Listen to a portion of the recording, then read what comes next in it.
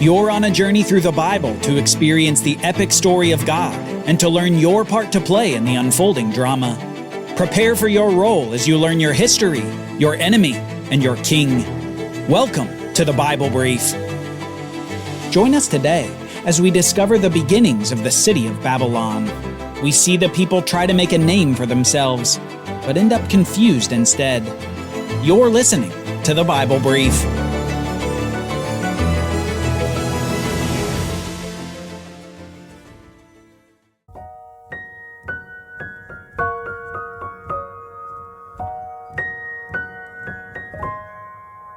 Sometimes the Bible gives us tastes of future events before those events come to pass. It can be as detailed as names and dates of future people, and it can be as general as the rise and fall of kingdoms. But as we look at the Bible, it has an inescapable forward thrust to it. We're always looking forward to the next thing, because we're told to expect it and anticipate it. We may know what's going to happen, but we're caught in the tension of not knowing exactly how or exactly when it will occur. A good example of this is something we've seen from the beginning: the promise of the seed of the woman who will come to defeat evil. Promises are nothing if not forward-looking. They tell us what to search for in the narrative and what to look for as the story unfolds. But they also leave us with questions. When will this ultimate seed of the woman come to defeat evil? Who, after all, is this seed, and why hasn't he come yet? And in our last episode, we layered on more expectation with the blessings and curses of Noah. We had even more questions. How will this curse on Canaan and the blessings on Shem and Japheth actually play out? Canaan will be a slave to others, but what does that mean? How is God going to particularly be present in the line of Shem? And what, after all, does this have to do with the seed of the woman? That's the tension that we're left with as readers of the Bible. We're always having to shift our framework to encompass new promises and new forward-looking statements. The Bible, as it turns out, causes movement in the reader as the text is read. As God works through the Bible, He's doing something in each of us. He's challenging our notions of our own personal goodness. He's making us ask, what would we do if we were tempted by the serpent in the garden? He's making us consider if we would have been on the ark or if we would have perished in the flood. But most of all, despite those personal applications, He's wrapping us into this incredible story of promises. A story of promises that perhaps has less to do with us and more to do with God. Promises that depend solely on God Himself to fulfill, that no human power could hope to accomplish, but that God with His infinite power will accomplish no matter what. Promises that almost always leave us with the same question: how? How will God accomplish these promises on the earth? How will God bring this seed into ultimate conflict with Satan the serpent? How will this war between the woman's seed and the serpent's seed continue to be fought? And how does all of this fit into the idea that God is going to be honored among a narrower group of people, the Shemites, who Noah had blessed? Well, after the blessings and curses of Noah, we begin to see the plot thicken as God divides the nations from one another. But before that, there's a note in the text that we can't skip over. This note places Noah squarely in the same path that all his ancestors before him were on. At the very end of Genesis chapter 9, we read this: After the flood, Noah lived 350 years. All the days of Noah were 950 years, and he died.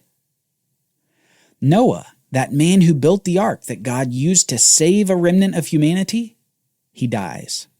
He suffers the same death that has been reigning over mankind ever since the garden. And soon after his death, the world, the new mankind, unified and industrious, begins its greatest task yet. They are going to build the city of cities, the center of ingenuity and culture, the place where mankind makes its mark on the world, the place where, in its pride, mankind says to God, "We don't need you. We're fine on our own." Let's read how this happens from Genesis chapter 11.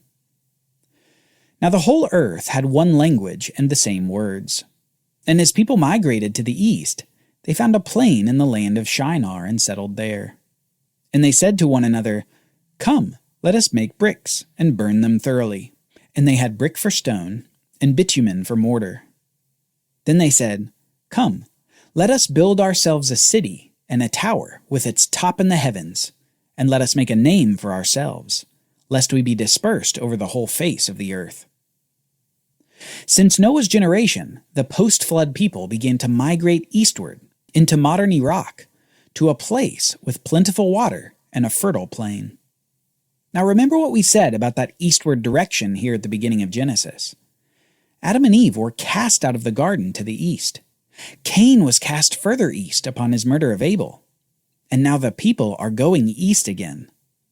Here in the beginning of Genesis, there's a subtle theme we shouldn't miss. Eastward is the direction away from God's presence. So these eastward traveling people find this apparently perfect place to found a new society, a new world order, so to speak, and they begin to take matters into their own hands.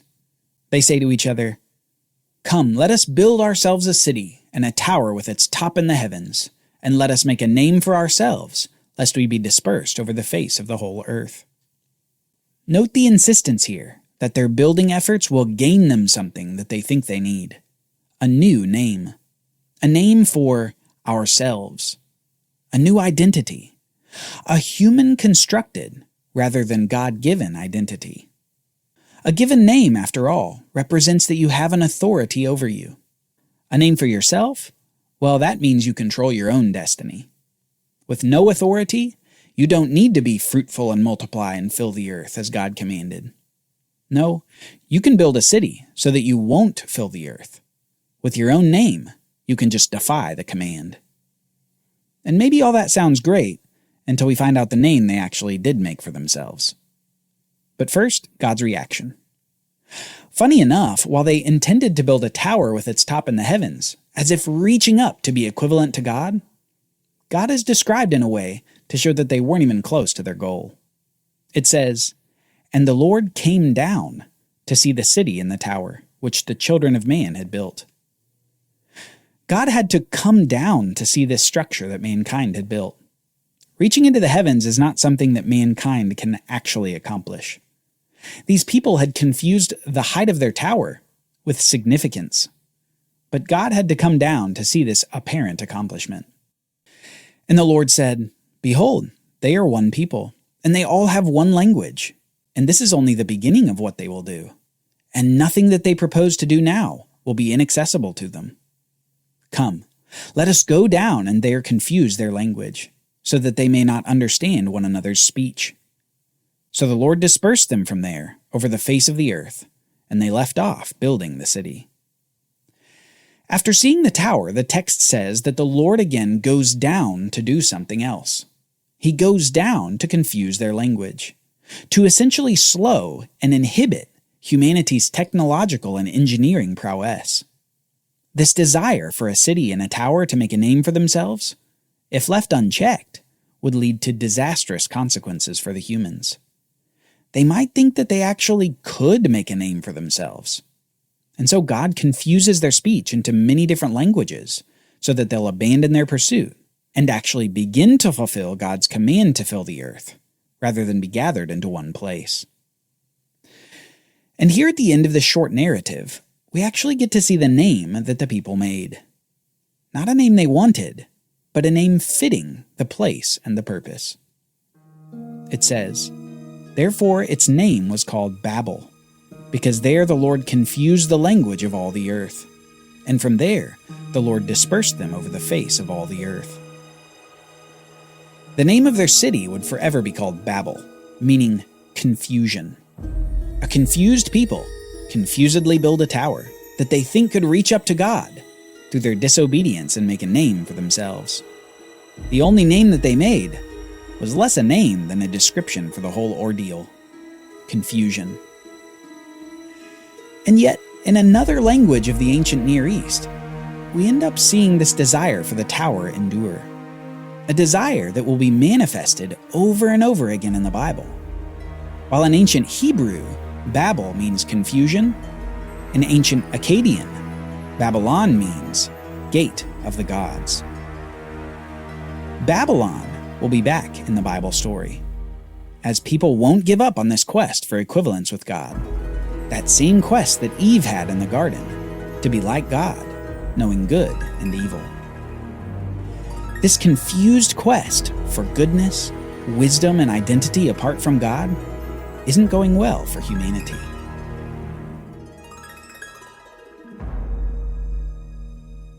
You see, one of the ironies of the Babel account is this: God had already made a name. He had expressed that the hope of humanity wasn't in a city, it was in a seed of Eve, who would also be a seed of Shem, the eldest son of Noah. And you know what? If we translate both of those, we see an even fuller picture. A seed of life and a seed of name.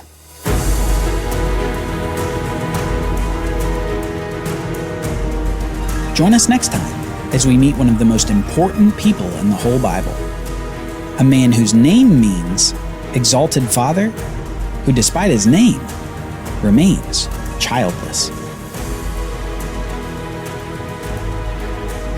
For Bible readings, reflection questions, and quizzes, don't miss the Bible Brief app. Available on iOS and Android, so you can go deeper into the story. The Bible Brief is a project of the Bible Literacy Foundation, a nonprofit dedicated to helping you learn the Bible. Give to support the Bible Brief by visiting BibleBrief.org or tap the Give link in the show notes. Thank you for supporting the Bible Literacy Foundation.